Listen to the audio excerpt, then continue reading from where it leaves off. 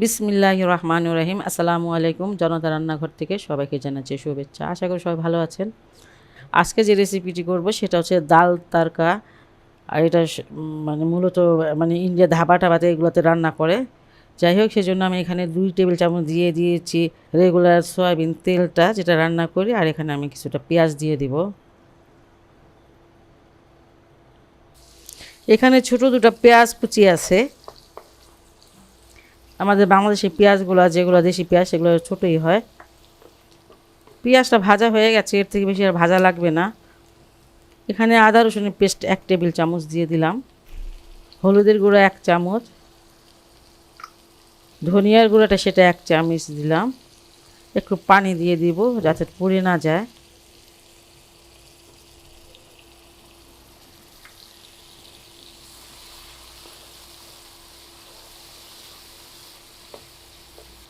শুকনো মরিচের গুঁড়োটা এখন দিব না, সেটা পরে দিব।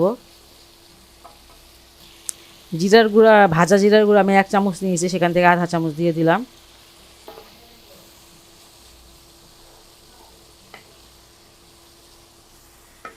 এখানে একটা তেজপাতা ছোট্ট, 2টা দারুচিনি, 2টা এলাচ দানা, একটা এই যে 1 ইঞ্চি একটা দারুচিনি দিয়ে দিলাম।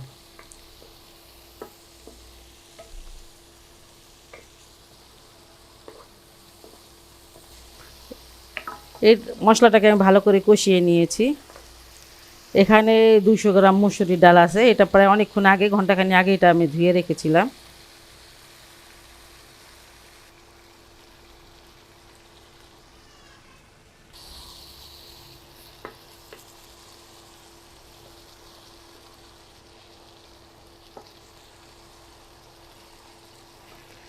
মুগের ডাল এখানে আছে 150 গ্রাম, সেটাকে আমি ধুয়ে রেখেছিলাম। আর হালকা একটু ভাজা দিয়ে নিয়েছি, একটু হালকা ভাজা। আপনি ডালটা দেখলে বুঝতে পারবেন যে তেমন একটা ভাজা নাই, যাতে একটু ঘ্রাণটা বের হয়। খুব বেশি কড়া করে ভাজতে হবে না।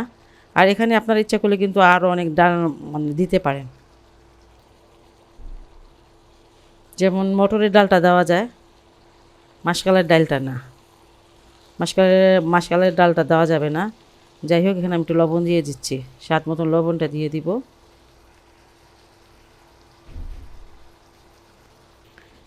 আর ডালটাকে আমি ভালো করে আগে কষিয়ে নিব সুন্দর করে। ডালটাকে একটু সময় নিয়ে সুন্দর করে কষিয়ে নিয়েছি। আর এখন পানি দিয়ে দিব। বিসমিল্লাহির রহমানির রহিম।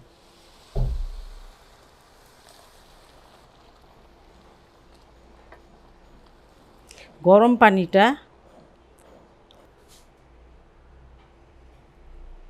এখানে আমি প্রায় 600 গ্রাম পানি দিয়ে দিয়েছি।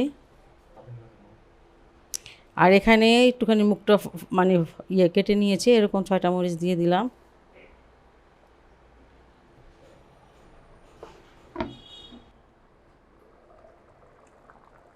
ছয় 7 মিনিট পর আমি আসলাম। আর এখন আমি এখানে একটা বড় সাইজের টমেটো ছোটো ছোটো করে কেটে নিয়েছি, সেটাকে দিয়ে দিব।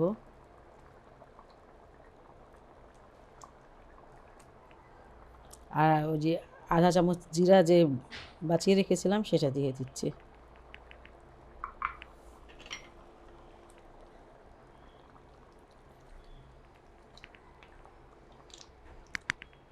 আর 5-7 মিনিটের জন্য আবার ঢেকে রাখলাম।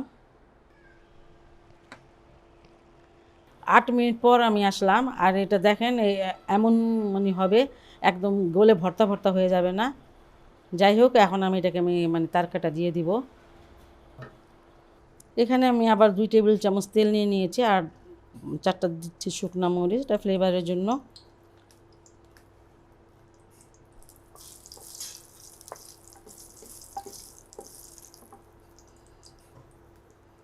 এক টেবিল চামচ রসুন কুচি দিয়ে দিলাম।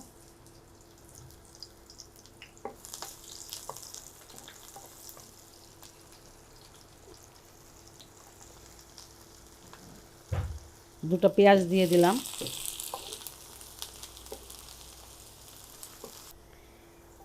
পেঁয়াজ আর রসুনটা আমি ভেজে নিলাম। এই সময় আমি যে 1 চামচ শুকনো মরিচের গুঁড়া দিয়ে দিচ্ছি। এতে এটা দিলে কালারটাও ভালো আসে, আর খেতেও কিন্তু ভালো লাগে। আর এটা এমন সময় দিবেন যাতে পুড়ে ছাই না হয়ে যায়। আপনারা দেখলেন যে আমি পেঁয়াজটা আর রসুন কীভাবে ভেজেছি, তার এই যে 2-3-4 সেকেন্ড আগে দিয়ে দিবেন। এটাতে মরিচটা একটু ভাজা হয়ে যাবে, শুকনো মরিচটা।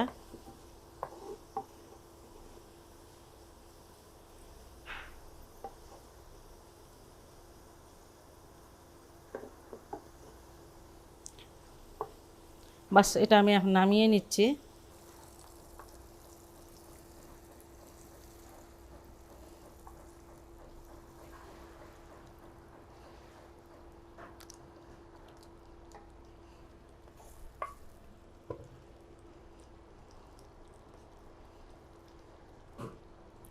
আর যেখানে ধনিয়া পাতা, সেটা আমি দিয়ে দিচ্ছি। এটা তো খুব ভালো ফ্লেভার আসবে। একটু বলক দিয়ে নেবেন, যাতে এই যে তরকাটা দিলেন এটা ফ্লেভারটা যেন মানে পুরো ডালের ভিতরে ছড়িয়ে যায়। আর এখানে আমি 1 মিনিটের জন্য একটু ঢেকে দিচ্ছি। খুবই মজার একটি রেসিপি এই ডালটা। আপনারা রুটি, পরোটা কিংবা ভাত দিয়ে সব কিছু দিয়ে এটা খাওয়া যায়। আর যদি ভালো লাগে তাহলে আমার চ্যানেলকে অবশ্যই লাইক, কমেন্ট, সাবস্ক্রাইব করবেন। সবাই ভালো থাকুন, সুস্থ থাকুন, নিরাপদে থাকুন, এই দোয়াই করি। আল্লাহ হাফেজ।